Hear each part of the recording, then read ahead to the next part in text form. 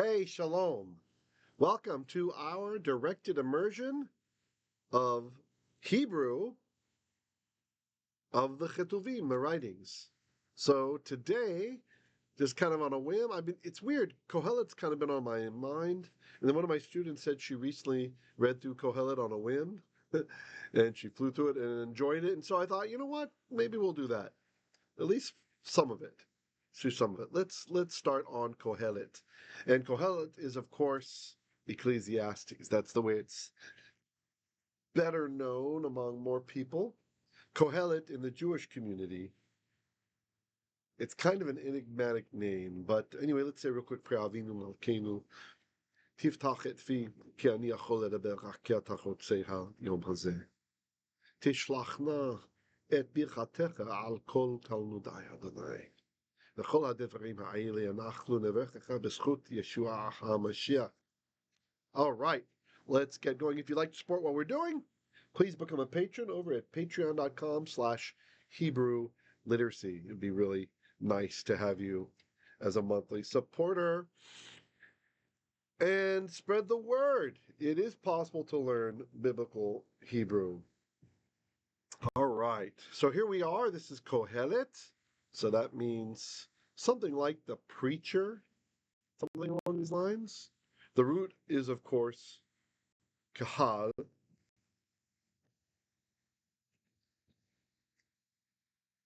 You can see it here. Oops, did not mean to do that. Okay.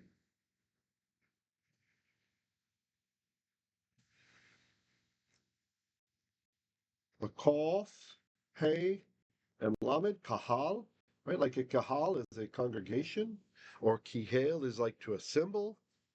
So Kohelet is kind of an interesting word. It appears feminine, but it's not.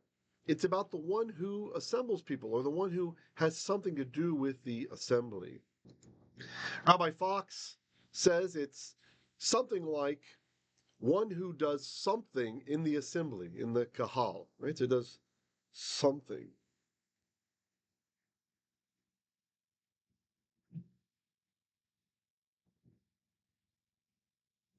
All right. So let's get into it. Verse Aleph. Divrei Qoheleth, ben David or ben Dawiv, melech birushalayim. So divrei is, of course, from devarim. So you've got the word davar became devarim. And maybe I'll just detail what happened there. This is directed immersion. So this is where you can learn your patterns of grammar without just slaving over a grammar book, all right? It's on-the-job training, so to speak. So let's take our word, davar.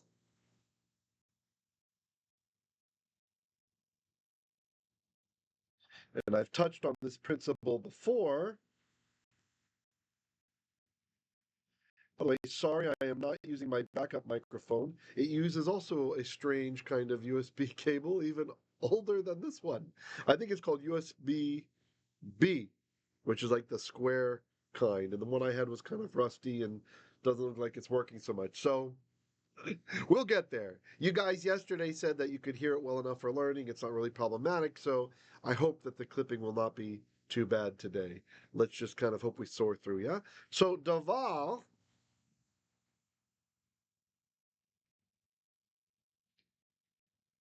I'm adding the vowels there and an accent sign. Okay. So the accent shows that the second syllable receives the stress. It's not davar, it's davar, davar, which makes for a very special case for this guy. You see this first, looks like a capital letter T, the first Qamets that's called? He is what is called a Pretonic Qamets, meaning before the tone. Pretonic, like pretonic.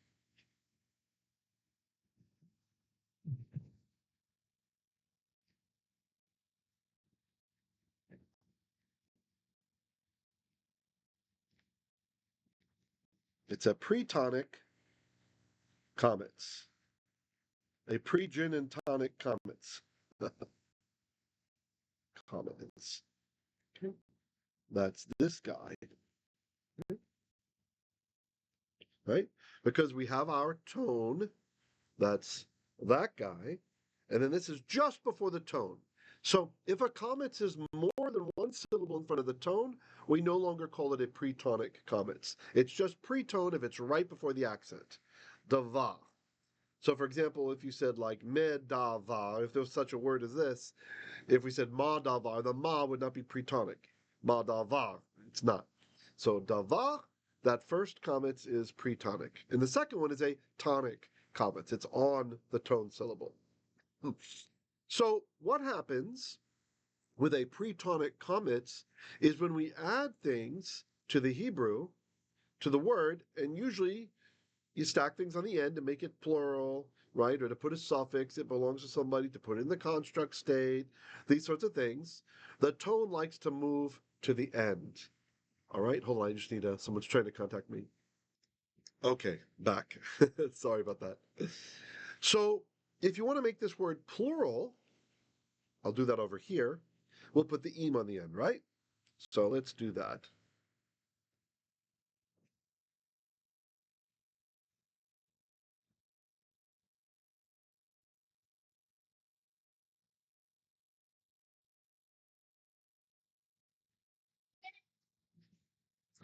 Hold on, someone's bothering me again.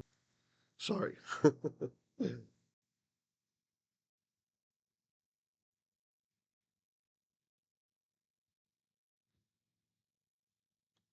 My resh looks different here than over there. Sorry about that.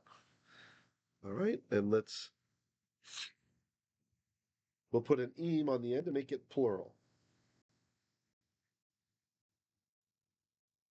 Okay, im, and that is where our accent mark will be. In English, words tend to prefer to have the accent at the beginning of the word, right? In Hebrew, they like to be at the end. So here, davar, the accent moved to the end. So what is going to happen to our pre-tonic Qamets?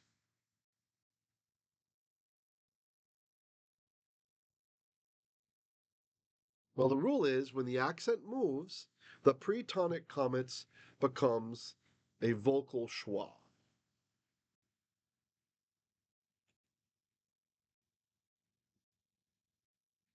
You guys see that okay? Whoa. Did not turn out the way I wanted. There. We'll make them big like the corn pub does. Okay?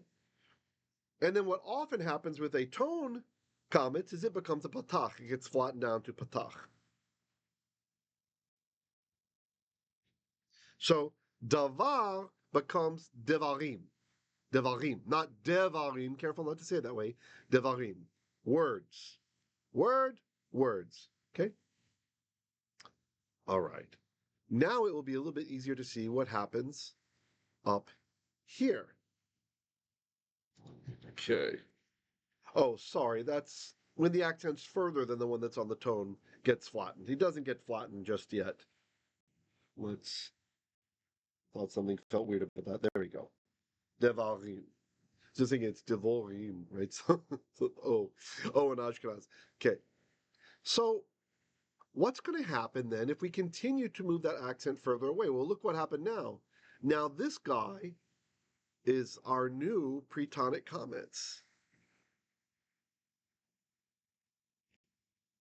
Because the tone moved just after him. So now he's Pretonic.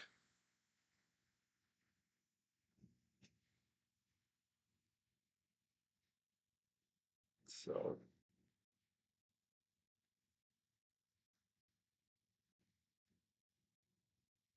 it's him now.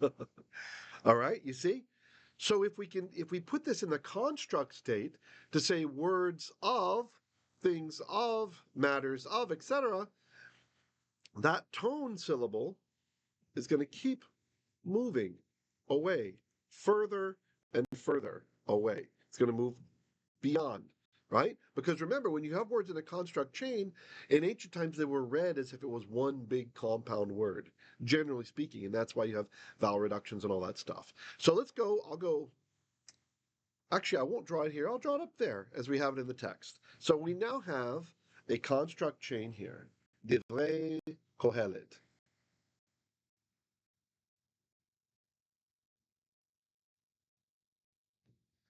And I don't like that I covered over some of the diacriticals there.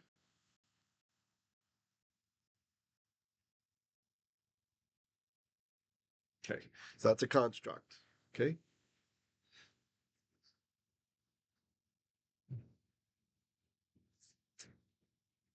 And you'll note here, because the first word is in construct, we have removed the mem, right? That's what we do when we put in construct.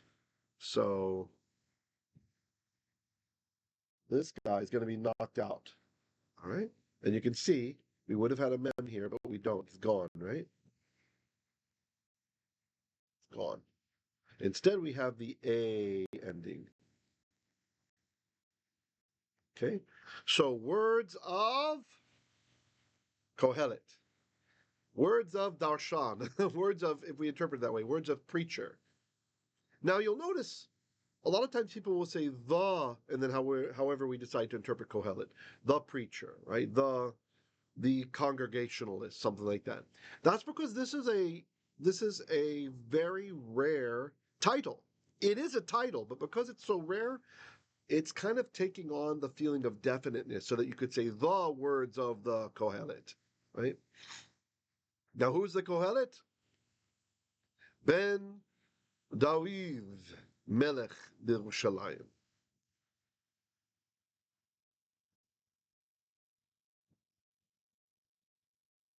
Son of David.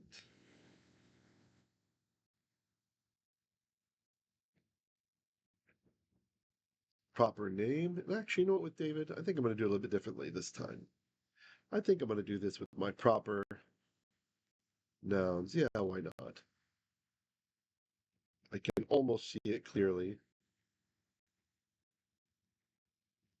I think it'll make less mess if we do like this. Okay? So because that's a definite,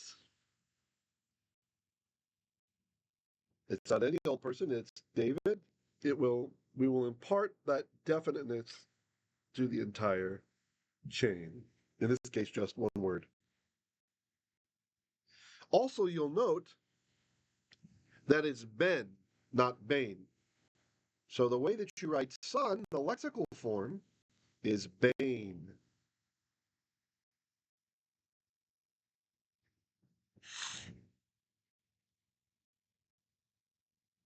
Bane, that means son, right? Son. But if we put it in the construct form,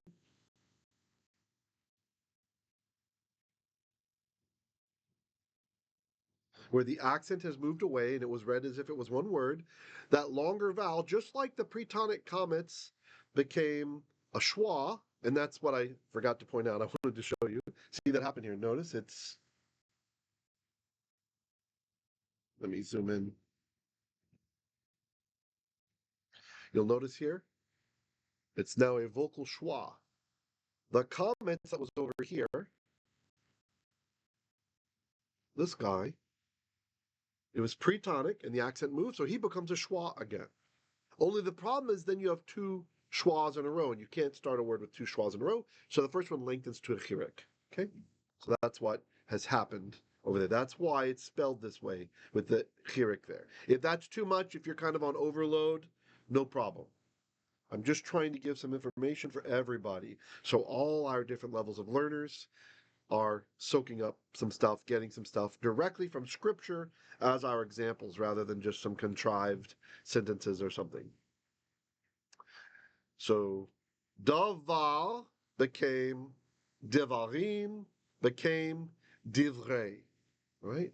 Da, da, da. And maybe let's mark that. So there's some method to our madness.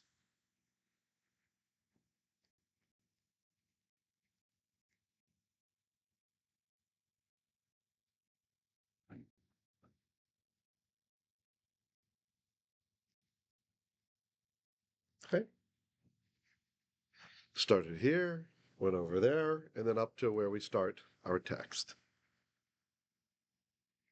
Divrei Kohelet, or Qoheleth, the words of the preacher.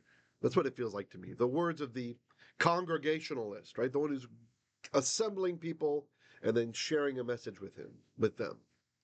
Ben David, the son of David, Melech Birushalayim, king in Jerusalem.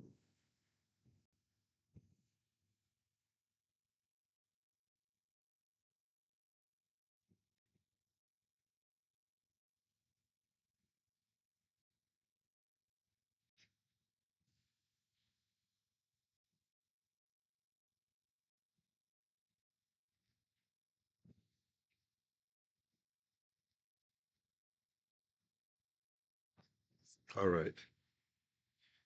And you'll notice here some more stuff with the vowels happening. Notice, I won't go into this in detail. I have done that in other videos. Hopefully those are indexed or will be indexed soon. So if you want to search on this phenomena, you can have some examples. Notice it's birushalayim, not be Yerushalayim. In short, what happens if you have a word that has a schwa in the first letter, and then you try to put an inseparable preposition in the front, you can't have two schwas in a row at the beginning of a word. How would that be like this? So the first one will lengthen to a chireq. And that happened here. And then the yod will lose its consonantal properties, and he makes it a long chireq. So instead of bi, it's bi. Birushalayim. Judah is Yehuda. In Judah, Bihuda. Right? Divrei Kohelet, ben David, melech Birushalayim. The words of the preacher, the son of David, a king in Jerusalem. Notice it's a king. Really, I want to bring out that indefiniteness there. He's kind of downplaying his importance. Okay, verse bait, because here we have our sof pasuk.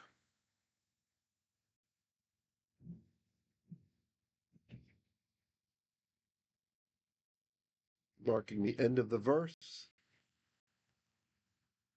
so that notice we have two verse letters here. So the aleph, because the verse starts here, and then the bait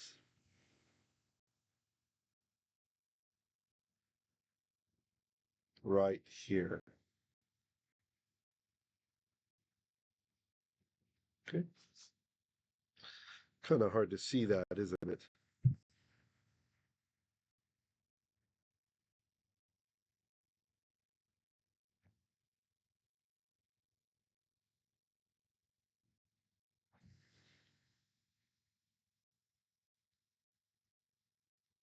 There.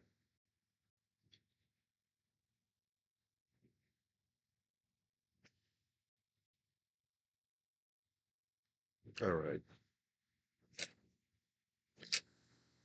Now the famous Havel, Havalim, Amal, Kohelet, possibly Koheleth. Havel, Havalim, Hakol, Havel. So what is Havel? So it's really, I know it gets translated vanity. Sometimes that's lost what is meant by that. It's really like vapor. Like, have you ever been in a cold place and you could see the breath, your breath? This is really what Havel is. It's about the unlastingness of things, the unlastingness of human efforts here on the earth. So, like Havel Havalim, vapor of vapors is really what we're talking about here. And continuing on our theme of construct, the word in the absolute, that means non-construct, is written like this.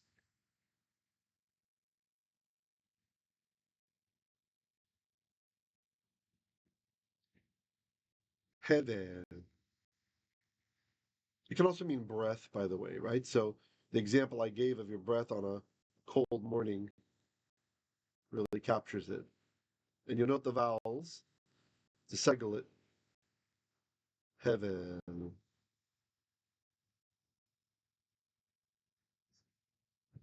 Okay. But because it's in a construct, the vowels have reduced. So how do we reduce a seghol, the little three dots like that? Well, you make it into a half vowel. Well, what's a half vowel? Well, chat of patach is a half vowel. So that very first vowel shows the reduction there. Very famously, vanity of vanities, which I think is not good in our modern usage of English. That kind of has another feeling to it, what that means. So, havel havalim, vapor of vapors, mist of breath, breath of breaths, something like this. Amal Kohelet, said Kohelet. And then again, havel havalim.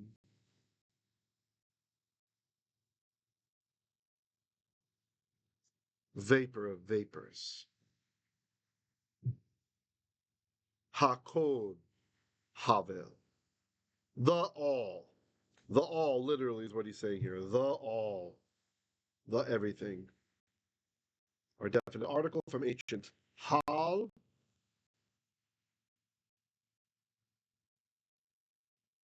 And the dagesh in the middle. All of that is our V. See it? Hal became hal kol, became hak kol. And then we just say hakol, which means everything. If you know mathematics, you could think of it like this. It's kind of hard to see. Means everything. The upside down A. Everything. And then we have to insert is havel. And you'll note another vowel change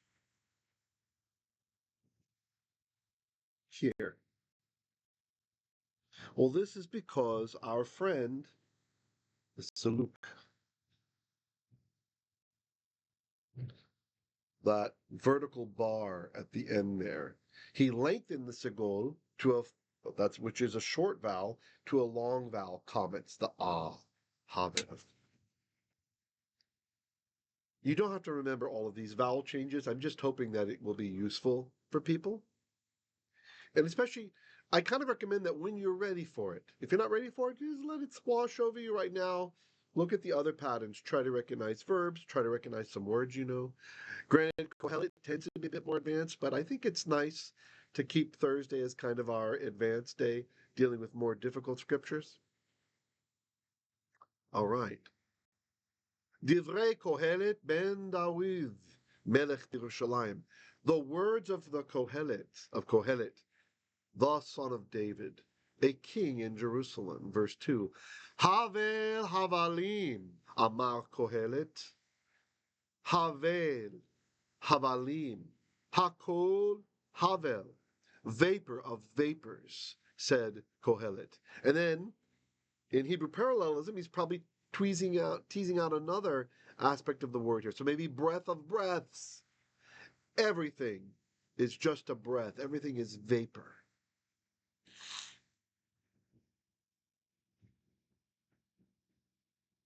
It's worth noting now, just maybe for your memories, not for the meaning here, that in some of the more ancient Psalms, the word hevel is sometimes used to mean an idol, right? It's like a vaporous thing. It's a nothing. It's just a representation of a false god, even, right? So I don't believe that's what the preacher is saying here, but just kind of an idea. Maybe you could store that away so you get that free vocabulary word. When you see it in the psalm, you can kind of understand the deeper meaning. If it's talking about hevel, it can be vapor, it can be a breath, but it might also be hinting about idols. We have so many words that hint about idols. So, all right, verse Gimel 3. So we look here. Misplaced my stylus. Let's use. All right, we'll use yellow here. So here we have verse Gimel, Aleph Beit Gimel, Aleph Beit Gimel. That's number 3. And you can see the Sof Pasuk, end of the verse. Really hope the audio is okay tonight. So that's where Gimel is right there. Okay, verse number 3. Ma yitron la'adam. Ma. What is the yitron? Adam. So this comes from the verb yatar, which means to be excess, which means to be. So this could mean like, what is the excess? The root meaning can also mean like the excellent substance of a thing. For example, one of Moses's fathers-in-law, Jethro, comes from Yithro. It's his yeter, his excellence, his like cream of the cream. It's not saying his leftover or something, right? So Yithron, that noon, is kind of a diminutive sometimes in Hebrew. So sometimes it doesn't always work this way in Hebrew morphology, but it's like it can give you an idea of like a little of the thing. So a little left over, a little lengthens. What is it? This is how you say prophet. Well, one of the many ways. You can say also Yevulah, and anyway, there's other words, but Yitron, Yitron, I wanted to say it like Yithron, how it would have been, but Yitron is a prophet. So Ma Yitron, what is prophet? La Adam.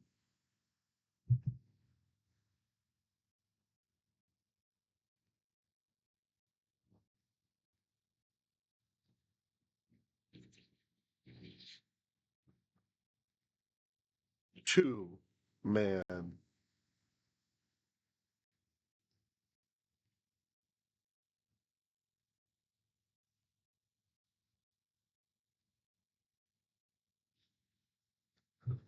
What is prophet?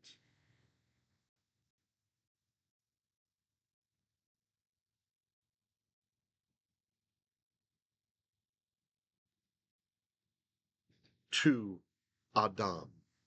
To man. You could even extrapolate further to mankind.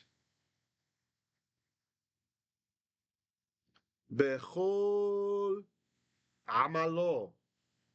Be, in or with.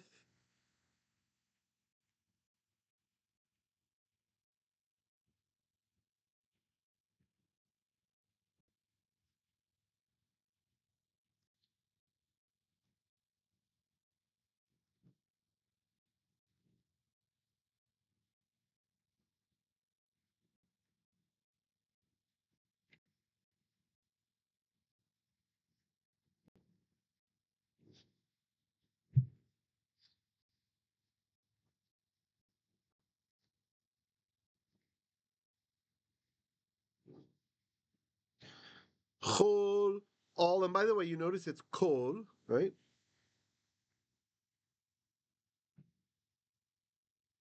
Over here we had kol because it's ha kol. Ha kol, the lamed went inside. There's 2 kavs. That's a strong dagesh. But over here, can't quite reach. There we go. It's missing because kaf is a BeGaD KePhaT letter. BeGaD KePhaT. Those are the letters that if they're preceded by a vowel sound, and this is a vocal shewa, so this is a vowel sound, then that weak dagesh, the dagesh leni, falls away. So in same meaning, kol or chol, they both mean the same thing. So bechol in all of amalo. All of amal, amal is like labor, labor, with really the focus on it's tiring, right? Amal of O.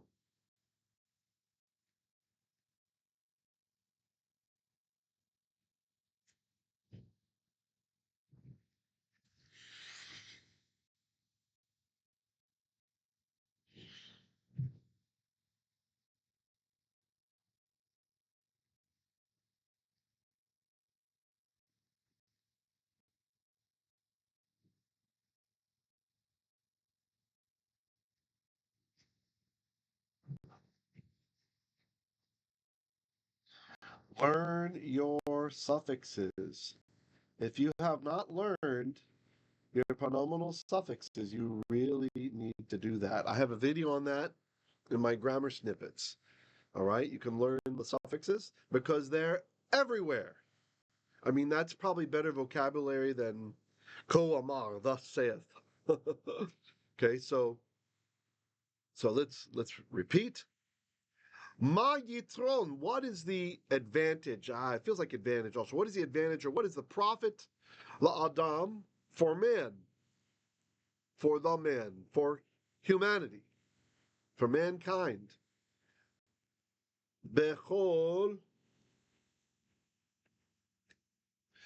bechol amalo, in all of his labor, all of his effort. What is the benefit for man with all of his effort? Sheya'amol tachat hashamash. She. Now, she, this is okay. We're starting to feel the dating of the text now. All right? She is not a Torah Hebrew word.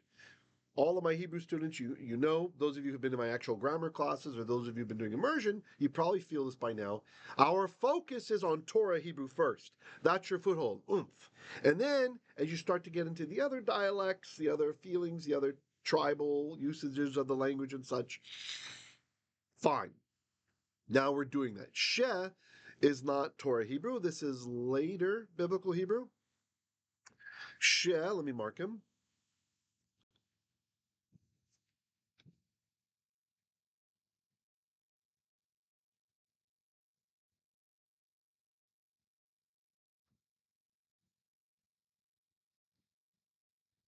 Okay. Is short for Asher.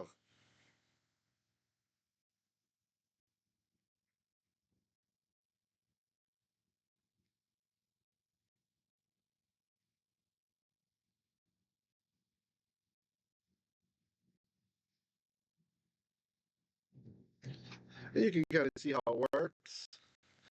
Only the sheen is left, right? Just like we have the tav at the beginning of verbs and stuff, and sometimes at the end we'll have the ta, just a one letter from ata that we're left with. So here, instead of asher, our ancestors started just saying she. And they just got tired of saying asher ya'amol. They said she ya'amol. So she, which or who. And let me mark that with kind of the special. It's the sheen that we're left with, right? See the she? He even kept the vowel. And this word has survived up into the modern Hebrew dialect as well. She. Although really oftentimes it would be with the schwa, but fine. Okay. Ya'amol. All right, the yod there tells us he, right?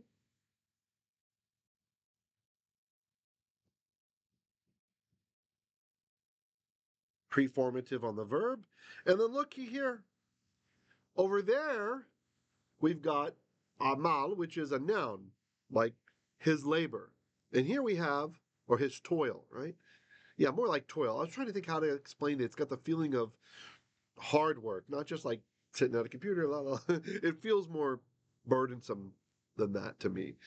And then amal, this is the verb, toil. So sheya amol, with which he burdens, with which he toils. Tachat, we know this word, under, and I'll write under it. Actually, let's do it here.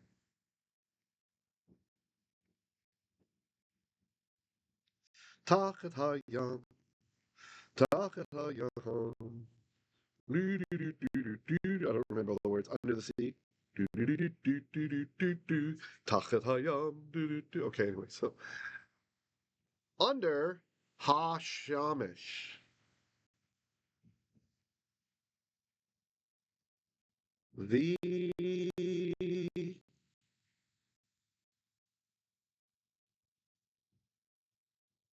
and you can see he's doing the same thing that you would expect. Same thing here. Ha, patach, and the dagesh as he does up here. Ha, the patach, and the dagesh. Okay. Shamish is from shemesh. Shemesh means sun. Maybe I'll give you this new word like this. Where should we put him at? How about over here? So we'll go like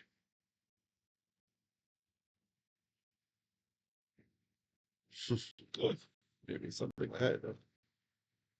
Chicken scratch for sun. Okay. And then we have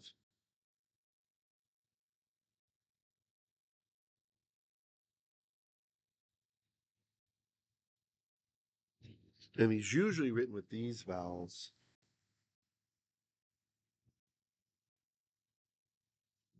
Shemesh. Maybe you can remember that word for free now. Shemesh. Shemesh is sun. Now you remember I said that if you put a noon at the end of a word, sometimes this makes it like a diminutive, like a little one. What was Samson's name? Samson. What's his name in Hebrew? Shimshon. His mommy named him Sonny. He's a little son, Shimshon. See the noon at the end? Shimshon. So you have the Sheen Mem Shane from the Shemesh, from sun, and then the noon at the end. He's a little son. He's sunny, like sunny in English. We say E at the end, right? To make it like there's a cat and then there's a kitty. Oh, hello, kitty. You're like, we put a Y on the end. In ancient Hebrew, they put a noon on the end. Okay?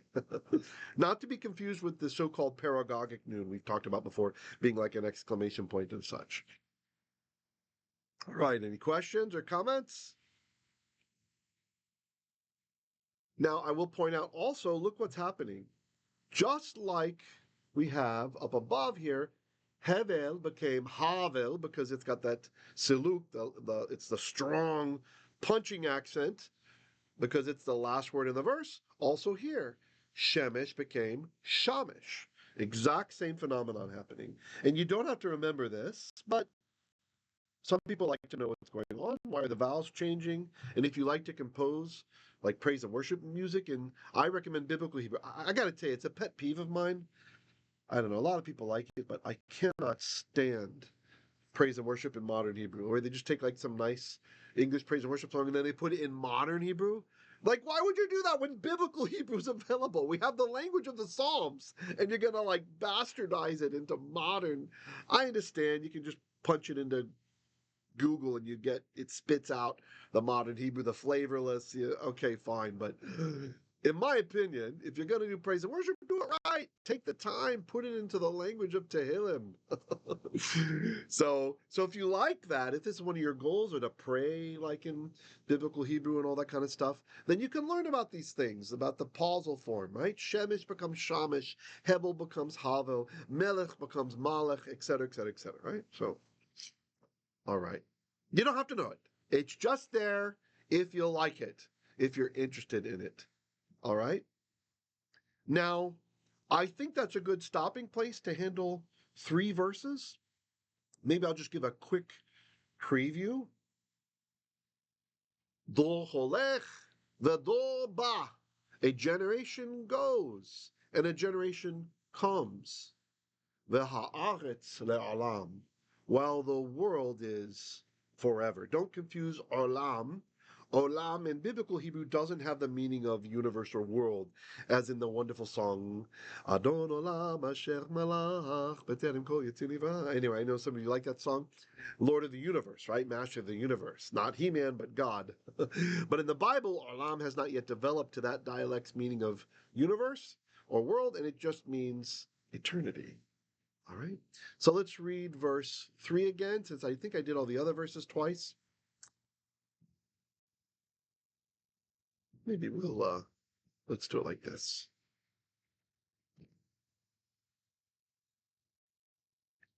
Ma yitron la'adam. What advantage or what profit is there to humanity, or to a man, bechol amalo, in all of his toil.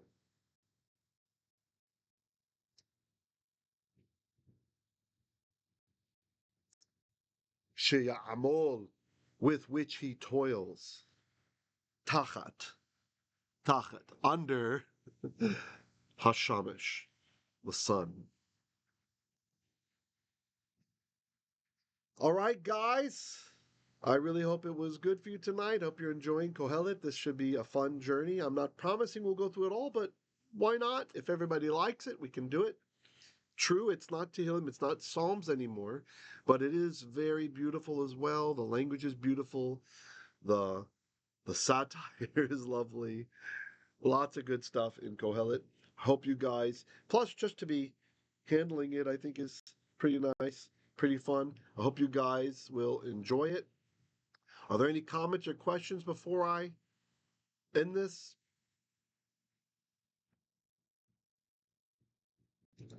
Oh, I would like to read you something, just conclude with something from